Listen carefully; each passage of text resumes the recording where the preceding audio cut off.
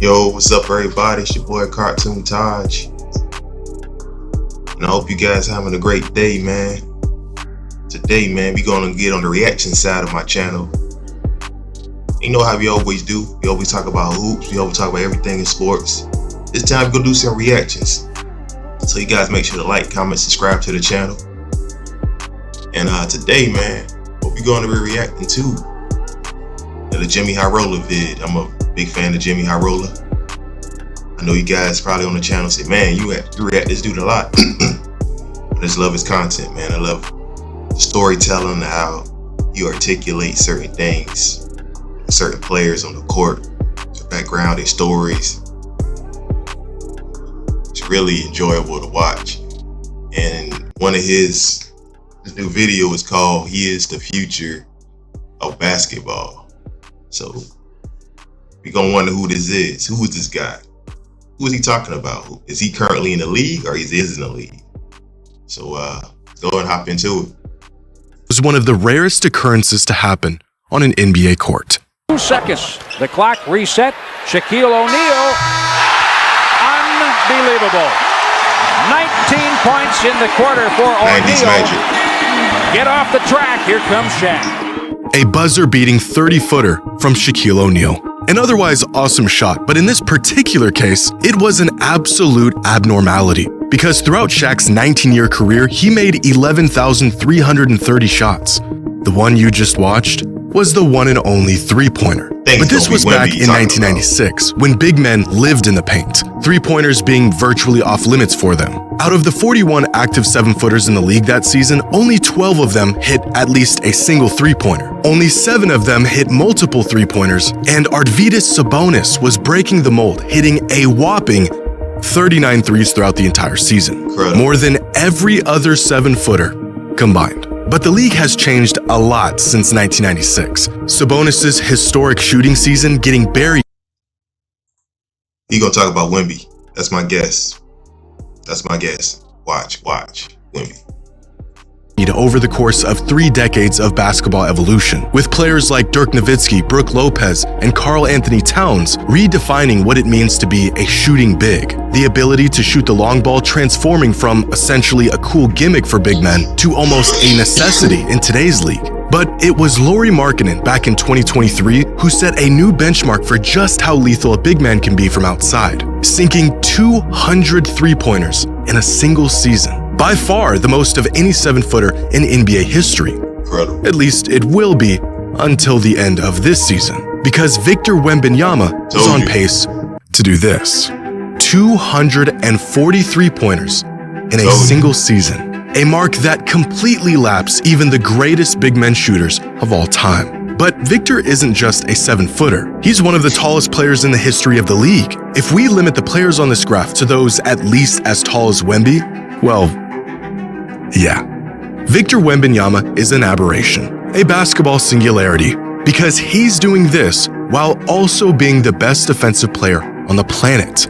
And yet, it's still not enough. Fans criticizing the big man, saying that his game is too soft and that his skill set doesn't match his size, playing 25 feet away from the basket, almost in defiance of his size and physical advantage. Why is he all the way out there? You know, I kind of do agree with that. Wemby's an amazing talent, man. You could say he's already, man, top 10 easily now. Possibly top 6 players in the league right now. I think it's cool with the outside shooting. He has a finesse game, and he's he's one of them kids grew up. He's back in France watching KD play. Watching. This is the era, Paul George. He watching these guys play, man, and the finesse game, the out the bounce game, the hezzy, sham guard. You watch all that stuff. So he's a point guard or a shooting guard, and man, he got fluidity in his game that he can dribble. He's smooth with it, really crafty. On top of that freakish height of being 7'4", 7'5". I just think he just needs to be in the post more and mix his game up. That's really what it is.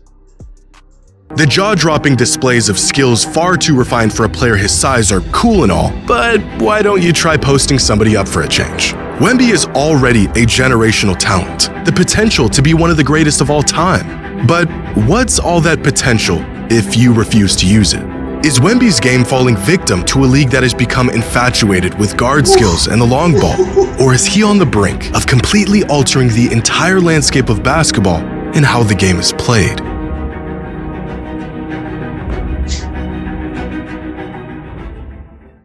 Today's video is sponsored by Factor 75. Factor is a gourmet meal kit service that makes hitting your nutritional goals easier than ever before by delivering fresh, never prep. They've got keep up the oven on get 50. Switches back on him. Crossing over Jokic.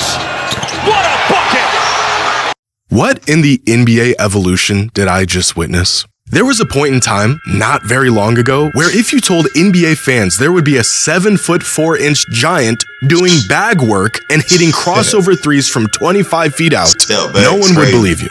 And yet, here we are. Victor Wembanyama is really good, and everyone knows it. But no one, even generational talents like Wemby, are supposed to be this good this early. Because even compared to the greatest players of our lifetime, Wemby is on an early trajectory that we have never seen. Through 100 career games, more points than the all-time scoring leader, more blocks than the all-time blocks leader, and more threes than the all-time threes leader. It's like the basketball gods wanted to play a sick game by creating an unfair player who can just do everything all at the same time. And once you compare Wemby's impact to other players in just their second season, the gap he has on everyone is almost unbelievable. Here are some of the greatest players of the last 2 decades and the progression through their first 2 seasons according to estimated plus-minus. Now, a -1 is about league average, so even players who got off to a relatively slow start, like Giannis, Shea, and Westbrook, were still on a positive trajectory early in their careers. Now, an EPM of 3.5 is about an All-NBA caliber season, so players like LeBron, AD, Luka, and Jokic were already stars in just their second season in the league. And then there's Wemby, who isn't just a superstar, but an MVP candidate in just his second season. These are the best players across multiple generations of NBA basketball, and Victor Wembanyama is outpacing all of them by a long shot, already producing at a level that even the best players don't reach until their 4th or 5th season. Right now, Victor isn't competing to be the best young player in the league. He's quickly approaching the best players in the world. According to most advanced metrics, so far this season, Victor has been statistically a top 5 player in the NBA. Estimated plus-minus, for example, has Wemby as the 3rd most impactful player in the league this season, only behind Jokic and SGA. Now, Luka and Giannis are 2 of the top players of their entire generation in their prime, and Wemby is already impacting games at their level in just his second season. We knew Wemby was going to be good if he could stay healthy and on the court. We knew he could be a defensive superstar just off of his physical tools alone. But no one on God's green earth knew this was a possibility. Because, quite frankly, it probably shouldn't be. Here is every single player in the NBA who has attempted at least 200 shots this season, mapped out according to their average shot distance on the x-axis and their height on the y-axis. And as you would expect, there's a clear correlation between how big players are and how close to the hoop they tend to operate. Big guys usually play near the rim, like Gobert and Gafford, who live right underneath it. The further out you go, the less height grants an advantage, and so typically you'll find the smaller players outside, like Steph Curry and Peyton Pritchard. Of course, there are outliers. TJ McConnell is just 6'1", and yet his average shot distance resembles that of a power forward. Lauri Markkanen and Brook Lopez are 7-footers, but you wouldn't know it based off the fact that the average of all of their shots is near the 3-point line. Where is Wemby in all of this?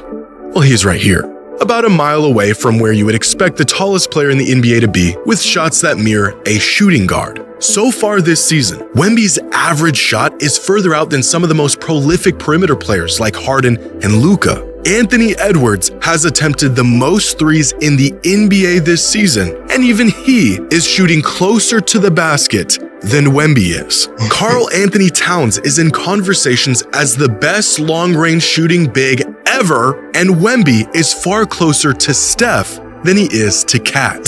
It is mind-boggling. And yet, as incredible as this is, there's an equal amount of concern for the future of Wemby's career and the consequences of this playstyle.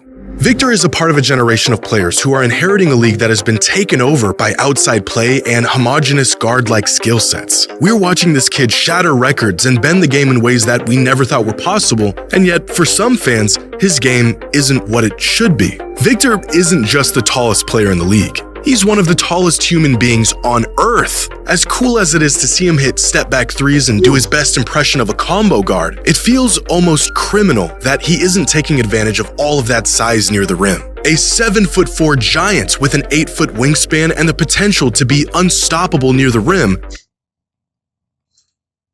When we play near the rim more the rest of the season, on top of his bag, that we see him with the step backs, sham guards, the off the one leg dribble, 3-pointers. If he can just be by the rim, he averaging 35 a night easily. Shooting just 20% of his shots within 3 feet and 50% of his shots from beyond the arc. As one fan put it, Wemby took the KD route instead of the Hakeem route. The league should be elated. Now, getting compared to Kevin Durant isn't quite the worst thing in the world, but considering who we're dealing with, it doesn't feel right for Wemby to be relegated to a hyper-lengthy, long-range bucket getter. In a league that continues to move further away from the basket, if there's one player we had hopes wouldn't lean into this new age of basketball, it was Wemby. But this assessment is all wrong. Wemby hasn't taken the KD route, and he hasn't taken the Hakeem route either. He's doing both at the same time. Victor is already regarded by many as the best defensive player in the league, a title that takes even the greatest defensive anchors years into their career to achieve. But that was the scouting report on Victor coming into the league, an era-defining defensive talent. The other stuff, competing, 3-level scoring, and the potential to develop his offensive skill set was all there, but only in flashes. The question being not if, but when he could elevate to a truly elite offensive talent.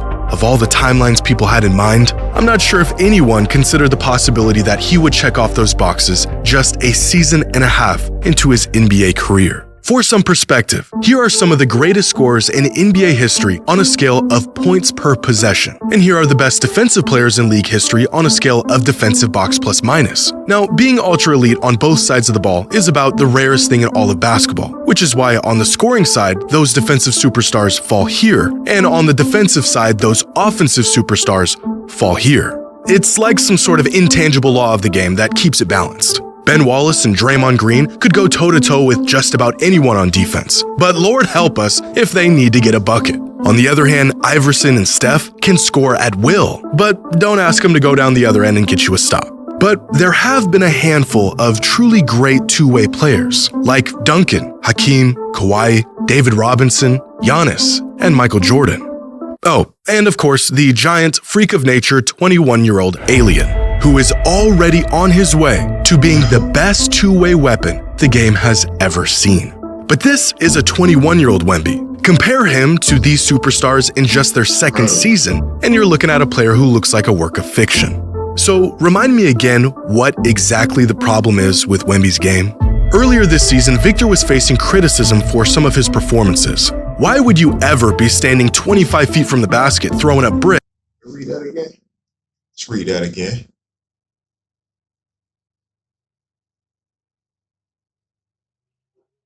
Some of his performances. Why would you ever be standing 25 feet from the basket throwing up bricks when you have the physical tools to drop the ball in the hoop without even jumping? As the season has progressed, so has Wemby's performances, and turns out watching a walking giant do this is actually really entertaining. But the initial criticism Wemby received from fans is a testament to just how far-fetched and rebellious his game is, and how fans of the NBA are reluctant to change until the change works.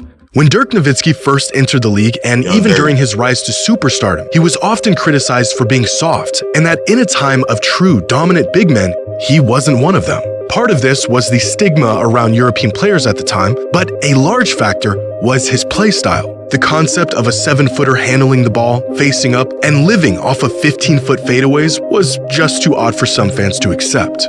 Now looking back, Dirk Nowitzki was nothing short of an incredible innovator, ahead of his time. And the criticism, although some of it fair, was for the most part just a symptom of fans reluctant to accept something new and different.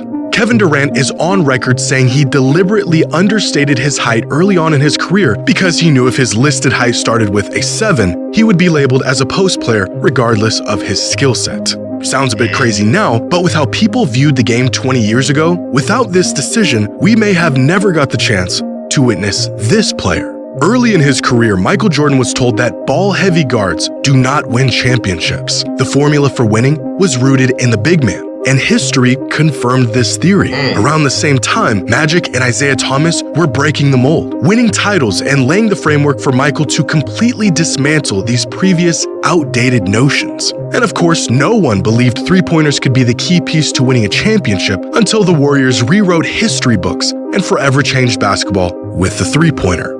No one wants change until it works. The only problem is you will never know if it works or not until someone comes in and wipes away all doubt. Victor Wembanyama is in the process of doing just that. Recently, while on the Bill Simmons podcast, Kirk Goldsberry talked about how unpredictable the progression of basketball can be, and how the next phase of the NBA may be centered around the skilled big man. The 2010s were about small ball. We're halfway through the 2020s here, Bill. And we might call it skill ball, I think, because even the big dudes like Jokic and Embiid and Wemby, like, name a center from 2004 or 1994. Could they do anything that Jokic do? Maybe Rasheed Wallace. There were some guys that were super skilled that could shoot the ball and pass and dribble. Well, it's basically Rasheed. Rasheed was the guy everyone pointed to and said, "Oh my God, this guy, he can shoot from outside. He can post up." And we held him up to this crazy level, and he was like 16 points a game. This generation does everything. Everybody does everything. Dribble, pass, and shoot. And skill has never been this high. And Wemby is giving us... I think Rasheed Wallace, I think he could have been much better in his career. Way better. He had that much type of talent. I just think mentality-wise, he's a competitor, don't get me wrong, but he didn't really want to be that guy. You know what I mean? In my humble opinion. A very clear next up. Everything is clicking. You know, he was very hyped, like LeBron coming in. But I think Victor Wembanyama is poised to be the next greatest player in the NBA at some point in the next 5 years. Looking back at how basketball has changed over the years, it only makes sense that towering players with versatile skill sets would be the next step in the game's evolution, almost a direct counter to the small ball era that preceded it. And Victor is well aware of this. As he put it, the best way for me to help is to not put me in a box. We know we are going to make something original, something special. Coaches and staff within the Spurs organization encouraging Victor's departure from positional norms, knowing that allowing him to play his game won't stunt his potential, it will help him reach it. It doesn't make sense that Wemby can drill 30-footers, or get into his bag, or tell his guards to come set screens for him. We like our bigs to play big. I mean, usually we like our bigs to play big. Wait, hold on, that was actually kind of sick. Okay, well, height is just a number, but you gotta take advantage of it. We've heard it all before. Declarations that all made sense until the next evolution of basketball was staring it in the face. Any attempt to define Wemby's game or compare him to another player, past or present, will leave you empty-handed. He and his skill set do not compute. They are illogical. He isn't just really good, he is really good in a whole new way. We are witnessing the future of basketball. And if you didn't like the idea of a guard anchoring your team, if you didn't like the idea of 7-footers popping out and taking long jumpers, and if you didn't like the three-point revolution, then you sure aren't gonna like what this guy ends up doing. Oh, man. Man, 5 out of 5 stars. Another great video. JxmyHighroller. And just goes to show you, man, you know, you can't really put a player, an individual in a box in general and try to like, okay, this guy at this certain height, he has to play this position. Or you can't win shooting threes all the time. Or you can't have a ball-dominant guard lead a team to a title. You can't have a 7'5" guy shooting threes, doing sham guards, crossing people up, hezzies. And just get in the post, man. Back people down. I mean, Wemby's a generational talent.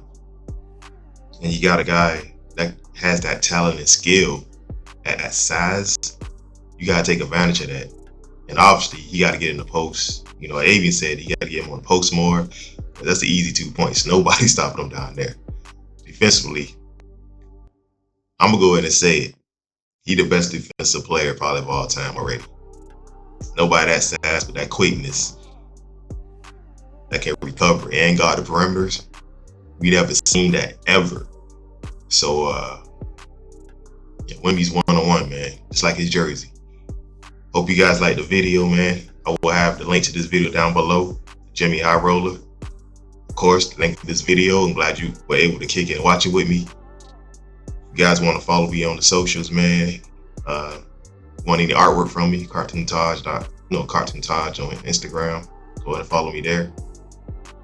You want any want to follow my TikTok? You know, see my animation dance, hit me up on there as well. What else, man? My mind is blanking right now.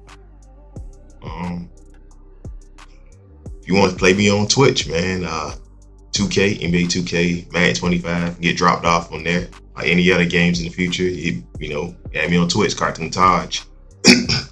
All of my links will be down in the description. You guys have a great day. Peace.